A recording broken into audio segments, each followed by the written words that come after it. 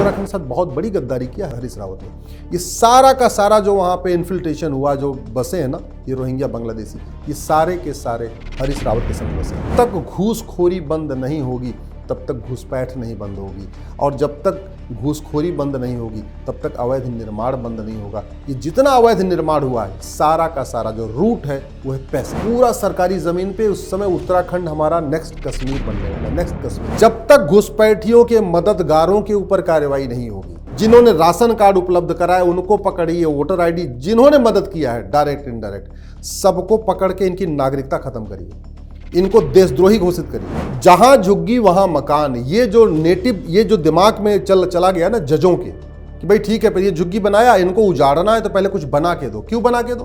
Tax payer क्या इसी काम के लिए जीएसटी दे रहे हैं, इनकम टैक्स दे रहे हैं, टोल टैक्स दे रहे हैं, रोड टैक्स दे रहे हैं, वैट दे रहे हैं, टीडीएस दे रहे हैं कि ठीक है झुग्गियां बनती रहेंगी और हमारे पैसे से उनको मकान बना के देते जाओ। कनाडा की जनसंख्या 4 करोड़ है, भारत में 5.5 करोड़ घुसपैठिए रहते हैं, कनाडा से ज़्यादा रहते हैं। कई देशों की जनसंख्या से ज़्यादा हमारे देश में घुसपैठिए रहते हैं। अरब की जितनी जनसंख्या उससे ज़्यादा भारत में घुसपैठिए रहते हैं। बर्बाद हो जाएंगे अगर हमने इनको नहीं निकाला तो।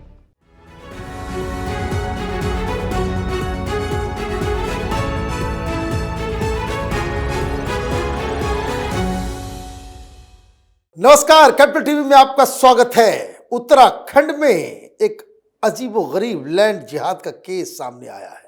हल्द्वानी के बारे में तो आपने सुना कि किस तरीके से सरकारी जमीन के ऊपर ये बांग्लादेशी रोहिंग्यास इन्होंने कब्जा कर रखा था, और जब पुलिस गई तो उल्टा ये पथराव करने लगते हैं।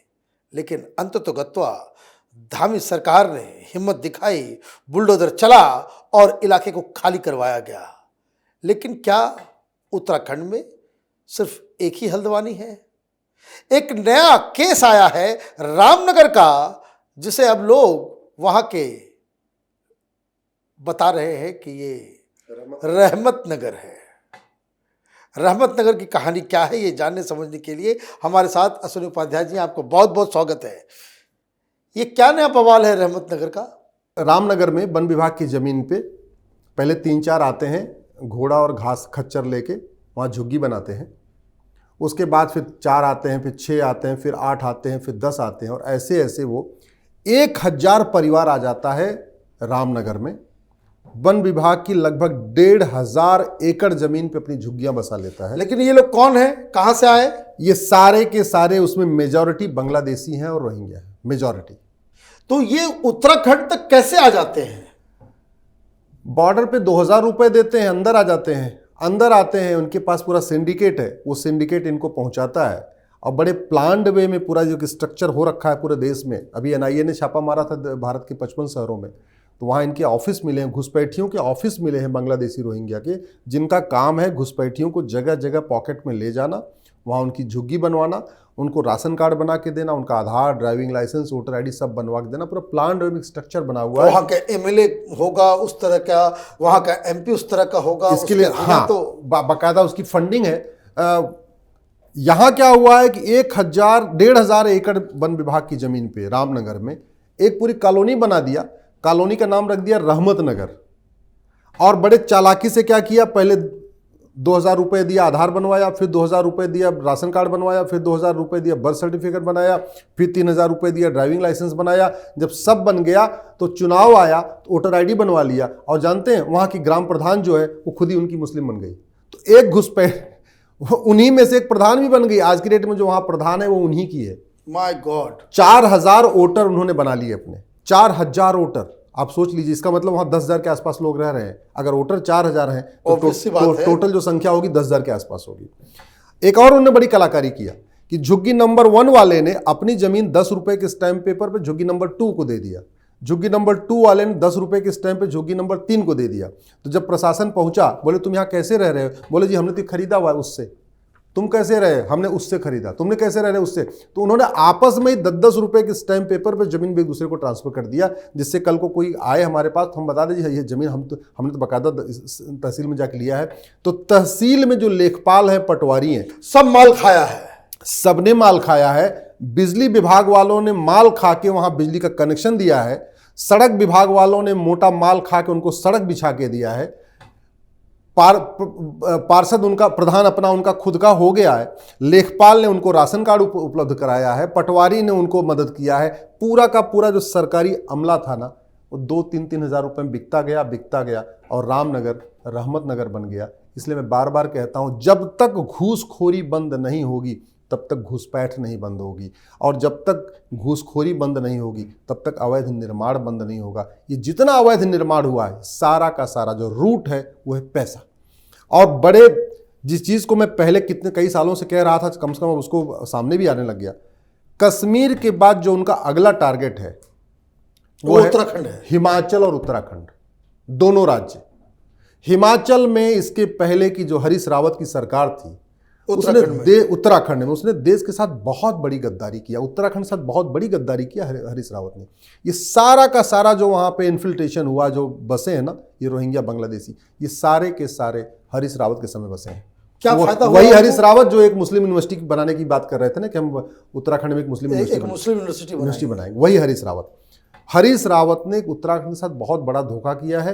पूरे की पूरे वहाँ जंगल, पौड़ी, गढ़वाल, इधर भीमताल, उधर नैनीताल, आप कहीं पे भी जाइए, चूंकि दूर दूर तक जंगल है, गांव होते नहीं है, वहाँ जाके वो बाकायदा बस गए अंदर, सब सरकारी जमीन के ऊपर, पूरा सरकारी जमीन पे। उस समय उत्तराखंड हमारा नेक्स्ट कश्मीर बनने वाला, कुछ लोग तो ये भी कहा था कि भाई बद्रीनाथ में वहां पे मस्जिद खुल गया था।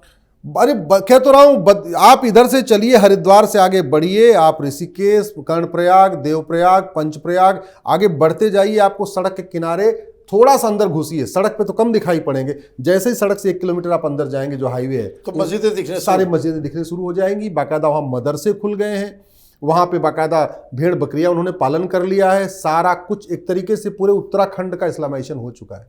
ये तो अच्छा हुआ कि कम से कम वहाँ पे धामी जी की सरकार आ गई, उन्होंने काम शुरू कर दिया, अदरवाइज तो उत्तराखंड पूरा बर्बादी की तरफ चला गया है। ये तभी रुकेगा मनीष जी, जब सबसे पहले भय बिन होए न प्रीत, कठोर दंड व्यवस्था होगी। जो यहाँ घुसपैठियों को बसाते हैं ना, जो जब तक घुसपैठियों के मददगारों के ऊपर कार्रवाई नहीं होगी, जो घुसपैठी जिन्होंने बस उपलब्ध कराया, बांग्लादेश के बॉर्डर से उत्तराखंड पहुंचाया, उन बस वालों को पकड़िए। जिन्होंने राशन कार्ड उपलब्ध कराया उनको पकड़िए, वोटर आईडी जिन्होंने मदद किया है डायरेक्ट इनडायरेक्ट, सबको पकड़ के इनकी नागरिकता खत्म करिए, इनको देशद्रोही घोषित करिए। और सबके सरगना को अगर आप पकड़ना शुरू कर देंगे तो बहुत सारे सेक्युलर नेता तो नप जाएंगे इसमें। देखिए स्वाभाविक सी बात है, बिना पॉलिटिकल सपोर्ट के नहीं होता, बिना पॉलिटिकल सपोर्ट के हो ही नहीं, कुछ नहीं हो सकता। ये सारा का सारा पॉलिटिकल सपोर्ट है। वो आते हैं, उनको पता है कानूनी सपोर्ट भी है, कोर्ट का भी सपोर्ट है और पॉलिटिकल सपोर्ट भी है। राइट। इस देश में जो अवैध निर्माण हो रहा है उसके लिए बहुत हद तक जुडिशरी जिम्मेदार है। हल्द्वानी का मुकदमा 7-8 साल चला, हाईकोर्ट ने कहा खाली करो, और वो लोग आए सुप्रीम कोर्ट, तो सुप्रीम कोर्ट कह रहा हाँ ठीक है भाई, देखो कहाँ जाएंगे बेचारे, इनके लिए कुछ व्यवस्था करो। अरे कोई आदमी झुग्गी बना रहा है, कोर्ट कह रहा है इसको मकान बना के दो, तो ये तो सुप्रीम कोर्ट और हाई कोर्ट इसका मतलब झुग्गियों को बढ़ा रहा है। अगर बड़ा नहीं, सुप्रीम कोर्ट और हाई कोर्ट ये कह रहा है कि कोई भी आम जनता सरकारी जमीन पर जाकर के कब्जा कर लो, हाँ। फिर बाद में हम तुमको जो है एक अल्टरनेटिव व्यवस्था कर देंगे जो तुम्हारा अपना होगा। जहां झुग्गी वहां मकान, ये जो दिमाग में चला गया ना जजों के, कि भाई ठीक है पर ये झुग्गी बनाया, इनको उजाड़ना है तो पहले कुछ बना के दो। क्यों बना के दो? टैक्स पेयर क्या इसी काम के लिए जीएसटी दे रहे हैं, इनकम टैक्स दे रहे हैं, टोल टैक्स दे रहे हैं, रोड टैक्स दे रहे हैं, वैट दे रहे हैं, टीडीएस दे रहे हैं, कि ठीक है झुग्गियां बनती रहेंगी और हमारे पैसे से उनको मकान बना के देते जाओ। कायदे से ये जो उत्तराखंड की डेमोग्राफी बदल रही है, इसमें हरीश रावत की सरकार के साथ, कांग्रेस की सरकार के साथ साथ जुडिशरी भी जिम्मेदार है। आज तक कहीं भी मैंने इतने फैसले देखे, कभी भी सुप्रीम कोर्ट, हाई कोर्ट ने कोई जजमेंट नहीं दिया कि भाई अवैध निर्माण किया, इसके 100% प्रॉपर्टी जब्त करो, इसके खिलाफ इलीगली आया तो उसको 100% जेल में डालो। आज तक घुसपैठियों के खिलाफ हमदर्दी दिखाने के अलावा कुछ नहीं हुआ है। और ये सुप्रीम कोर्ट, हाई कोर्ट ने किया है। घुसपैठियों के खिलाफ हमदर्दी दिखाया, अवैध निर्माण करने वालों के खिलाफ हमदर्दी दिखाया, झुग्गियां जो बार बार बसा रहे हैं, प्लान वे में बसा रहे हैं, उनके खिलाफ हमदर्दी दिखाया। न कभी डायरेक्शन दिया। भाई सुप्रीम कोर्ट अपनी इनहेरेंट पावर यूज करता है, उस पावर को यूज करके कह देता भाई ठीक है काम करो, इनकी 100% प्रॉपर्टी जब्त करो, एक काम करो इनके ऊपर देशद्रोह का मुकदमा चलाओ, ये अवैध रूप से भारत में एंटर कर रहे हैं, इनके खिलाफ देशद्रोह। आज तक कभी किसी घुसपैठियों को सुप्रीम कोर्ट ने देशद्रोही नहीं कहा, कभी ये नहीं बोला इसकी सिटीजनशिप खत्म करने की व्यवस्था करो। तो ये जो एक तरीके से पॉलिटिकल पार्टियों का सपोर्ट, तथाकथित सेकुलर पार्टियों का सपोर्ट, ऊपर से जुडिशरी का सपोर्ट, ये हमारे लिए बहुत घातक है। शायद सुप्रीम कोर्ट के जजों को समझ में नहीं आ रही है कि देश कैसे खोखला होता जा रहा है। 9 राज्यों की डेमोग्राफी बदल चुकी है, 200 जिलों की डेमोग्राफी बदल चुकी है, 900 तहसीलों की डेमोग्राफी बदल चुकी है, बॉर्डर की जो 300 तहसीलें हैं हमारे देश की, उनकी की पूरी डेमोग्राफी बदल चुकी है। इस बात को शायद सुप्रीम कोर्ट के जज समझ नहीं आ रहा, क्योंकि वो बड़ी सिक्योरिटी में रहते हैं, पूरी फुल प्रूफ Z+ की सिक्योरिटी में रहते हैं। उनको जमीनी हकीकत पता नहीं कि भारत की डेमोग्राफी बदल कैसे रही है। उनको शायद ये इतिहास भी नहीं पता कि 1805 में अफगानिस्तान के प्रधानमंत्री पंडित नंदराम टिक्कू थे और वो गंधार अफगानिस्तान हो गया। उनको शायद ये नहीं पता कि पाकिस्तान का विभाजन क्यों हुआ और पाकिस्तान में हिंदुओं की क्या स्थिति है।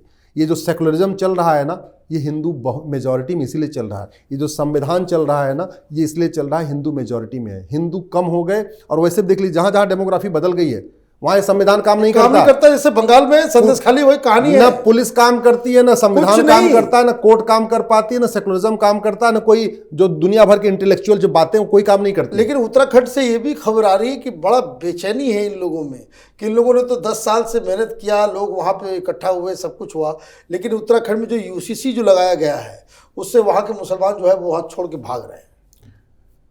देखिए, घुसपैठियों को निकालना बहुत जरूरी है, और जैसे भी निकलें ऐसे इनको हर वो काम करना चाहिए जिससे ये छोड़ के भागे। मतलब जैसे भी निकले वही सही तरीका, वही सही तरीका। इनको बाहर निकालने के लिए कोई तरीका गलत है ही नहीं है। जिस तरीके से उत्तराखंड छोड़ के भागे, जिस तरीके से भारत छोड़ के भागे, वो हर तरीका सही है। हर तरीका सही है, हर तरीका सही। रिजल्ट है ये भागे यहां से, और कोई तरीका नहीं। अरे 5 करोड़ घुसपैठिए 2017 में आ गए थे जब मैंने PIL फाइल किया था। अभी तो ये 5.5 करोड़ हो चुके हैं। My God. ऑस्ट्रेलिया की जनसंख्या 2 करोड़ है, भारत में 5.5 करोड़ घुसपैठिए। ऑस्ट्रेलिया के लगभग 3 गुना घुसपैठिए भारत में पहुंच चुके हैं। कनाडा की जनसंख्या 4 करोड़ है, भारत में 5.5 करोड़ घुसपैठिए रहते हैं, कनाडा से ज्यादा रहते हैं। कई देशों की जनसंख्या से ज्यादा हमारे देश में घुसपैठिए रहते हैं। अरब की जितनी जनसंख्या उससे ज्यादा भारत में घुसपैठिए रहते हैं। बर्बाद हो जाएंगे अगर हमने इनको नहीं निकाला तो। ये आपने सही बात कही कि किस तरीके से घुसपैठियों और उनके मददगारों की 100% प्रॉपर्टी जब्त करने, उनकी नागरिकता खत्म करने, उनको 10 से 20 साल की जेल में डालने की कानूनी जरूरी है। आपका बहुत बहुत धन्यवाद। आपने विस्तार से बताया कैसे रामनगर में रहमत नगर उगाया जाता है और उसके पीछे किस तरह से रैकेट काम कर रहा है। आपका बहुत बहुत धन्यवाद। अगर आपको ये वीडियो पसंद आया तो आप इसे लाइक करें, शेयर करें और कैपिटल TV को सब्सक्राइब करें। धन्यवाद।